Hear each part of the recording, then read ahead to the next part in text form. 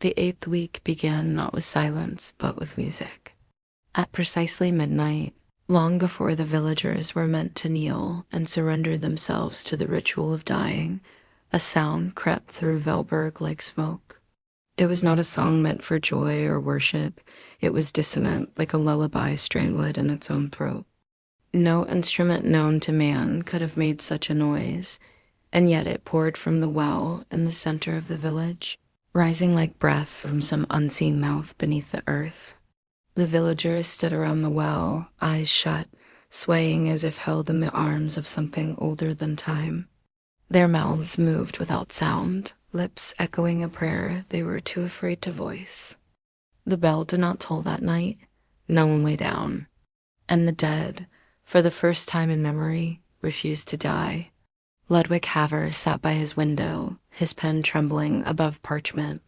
The melody tugged at his ribs like fingers made of fog. Once, long ago, it had been a sanctuary, a place built atop an ancient spring said to grant renewal. People came to drink from it in secret, to cheat age, illness, fate, but the spring demanded balance. Then, one night, they returned. Not the same, not truly. Their bodies were whole, but their souls off kilter. They remembered things that hadn't happened. They spoke in voices not their own. Some wept at mirrors, unable to recognize the flesh that wrapped them. For every life it preserved, it required another to pay the toll. Take us, hold us, but let us return, a child for a king, a mother for a soldier. And when the balance tipped, the spring grew impatient. There, beneath a twisted birch tree, he found a woman he had never seen before. She stood barefoot in the grass, her dress stitched with black feathers, eyes like molten coin. She did not blink. The trees bent inward, as if trying to flee something below the soil. Ludwig felt the pulse of the village shift, no longer rhythmic, but frantic. People whispered behind doors. Isolde refused to speak. The baker burned his bread and wept into the ash. And the little boy, the one who had begged not to die, had vanished. He found himself weeping not from fear, but from recognition. Somewhere, buried deep beneath his grief and logic, he knew this song. He had heard it before, not with ears, but in dreams he had long buried under study and sanity.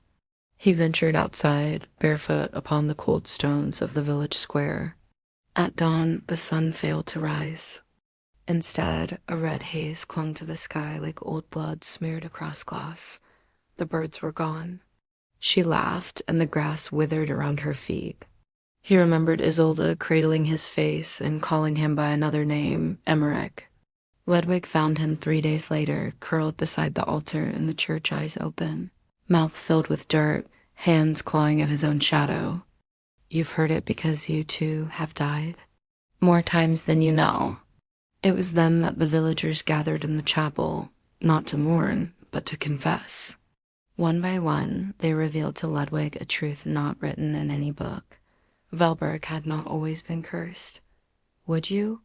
Or did you already trade memory for peace? It began to take what it wanted. People died suddenly without cause, without pattern. A bride choking on air during her vows. A newborn shriveling in its crib. The villagers, in desperation, struck a pact with the spring. We will die willingly every 7th night. And so the cycle began, death as a ritual, resurrection as debt. But now something had broken. The boy's refusal had cracked the pact. The music was a warning, or a summons. That night, Ludwig wandered the outskirts of the village, seeking clarity in madness.